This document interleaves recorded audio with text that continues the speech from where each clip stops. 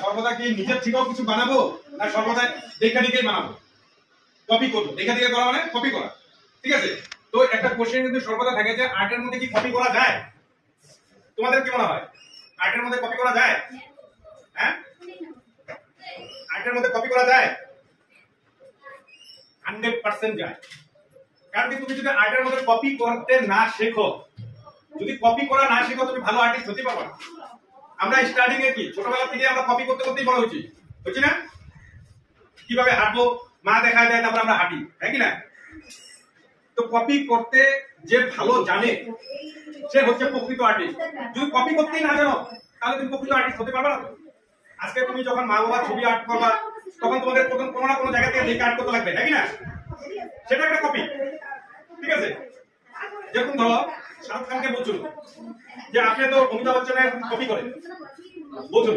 ঠিক আছে, তো শাহরুখ খান খুব সুন্দর প্রস্তুত দিয়েছিল, হ্যাঁ আমি কপি করি, হ্যাঁ আমি কপি করি, শুধু অমিতাভ বচ্চন না, আমি আরো 40 জনের কপি করি, বাট আমার মতন একদম পারফেক্ট কপি করে কেউ দেখা না। বুঝছো তো? তো কপি 100% করা যায়, কিন্তু কপি বলতে এটা না যে আমি ছাপ দিয়ে আঁকবো, পিছনে ছবি আছে উপর দিয়ে দেখে দেখে ছাপ দিয়ে আঁকবো, ওইটাকে আমি বলি নাই।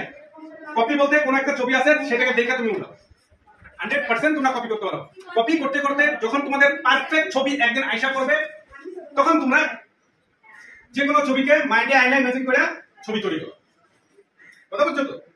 তো কপি 100% করতে পারো। ঠিক আছে, তুমি কপি এমন করো যেন পারফেক্ট সেম টু সেম হয়। আমি বঙ্গাইগাঁওতে এক জায়গায় গেছিলাম, ডক্টর একজন ডক্টরের বাড়িতে আর কি, আমি নাম উল্লেখ করি না, যাই হোক ডক্টর, অনেকে হয়তো চিনে, ভগবতী আর কি নাম। তো উনার এক মেয়ে ভালো, খুব ভালো আর্টিস্ট, সে এত সুন্দর কপি করছে, সিঁড়িতে উঠতে গেলে তাদের দুই সাইডে ছবি আছে। তো যে ছবিটা বড় ভাবে আর্ট করছে, সেম ছবি একটা ছোট আর্ট করছে, সেম কোনো জায়গায় মানে ভুল নাই। অতটুকু দেখার জন্য যে দুটার মধ্যে কোনো ভুল আছে কিনা, অতটুকু দেখার জন্য অনেকক্ষণ দাঁড়ায় থাকতে লাগে।